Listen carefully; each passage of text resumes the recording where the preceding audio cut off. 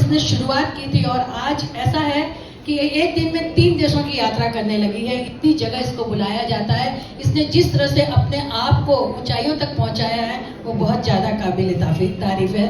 सिमरन बहुत बहुत धन्यवाद। और मैं एक एक के नाम यहाँ ले नहीं सकती हूँ, लेकिन आप सब मेरी अपनी सखियाँ हैं, मेरे भाई बहन हैं, सब कुछ यहाँ पर है, मेरा पूरा परिवार भी यहाँ है। तो आप सबका दिल से धन्यवाद करती हूँ कि दोपहर में इस सोने के समय में आप मेरी पुस्तक को और मुझे सुनने के लिए यहाँ आए। इसके लिए दिल से आप सबका धन्यवाद। कि कलम आज उनकी जय बोल, जला अस्थियां बारी बारी, चिटकाई जिसने चिंगारी, जो चढ़ गए पुण्य वेदी पर लिए बिना बलिदान का मोल, कलम आज उनकी जय बोल।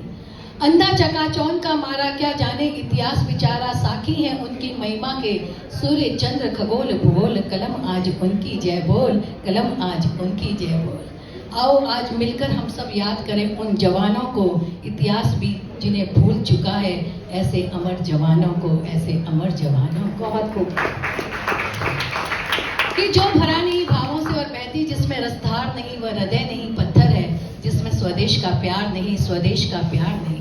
महाकवि गया प्रसाद शुक्ल स्नेही की इन पंक्तियों को जब जब मैं पढ़ती हूँ, मेरे अंदर देश प्रेम का एक अलग ही जज्बा लहराने लगता है। और मेरे अंदर ही क्यों, मैं समझती हूँ आप सबके अंदर वो देश प्रेम का अलग जज्बा लहराने लगता होगा। कि सूर्य रश्मियों को चकाचौंध कर देने वाले हिम शिखरों से आच्छादित पर्वतेश्वर हिमालय से लेकर जल निधि पर्यंत इस विशाल एवं विस्तृत भूमि को भारत की संज्ञा मिली हुई है।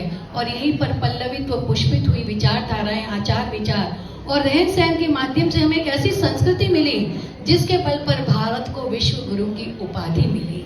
हमारा जो भारत है वो एक जमीन का टुकड़ा नहीं है, ये अपने आप में एक राष्ट्र पुरुष है।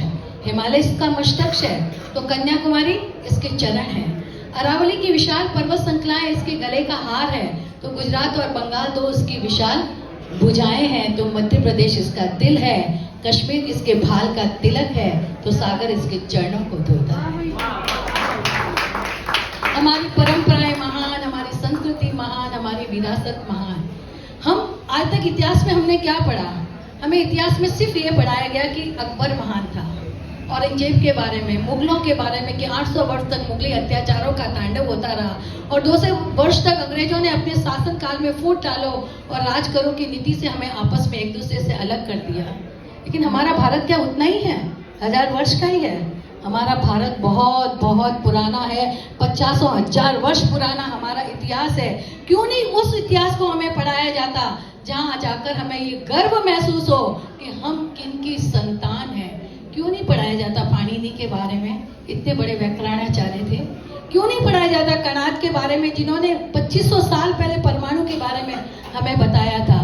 क्यों नहीं बताया जाता सुश्रुत के बारे में जो उस समय 2500 वर्ष पहले 300 तरह के ऑपरेशन किया करते थे और जिनके पास में 125 औजार हुआ करते थे और जो अपने शिष्यों को डॉक्टरी की पढ़ाई किया कराते थे? आचार्य चरक, क्यों नहीं उसके बारे में, जीवक के बारे में क्यों नहीं पढ़ाया जाता है? भगत सिंह, राजगुरु, सुखदेव, सुभाष चंद्र बोस, लक्ष्मी सहगल, पद्मनी, पन्नाधाई, मतलब अहिल्याबाई, हमारे यहाँ ऐसे ऐसे लोग हुए हैं जिसकी वजह से हम भारत को भारत कह सकते हैं। नामदेव, ज्ञानदेव, कालिदास, तुलसीदास, कबीर, मतलब मेरे इस पुस्तक में लगभग 160 लोगों के बारे में मैंने लिखा है।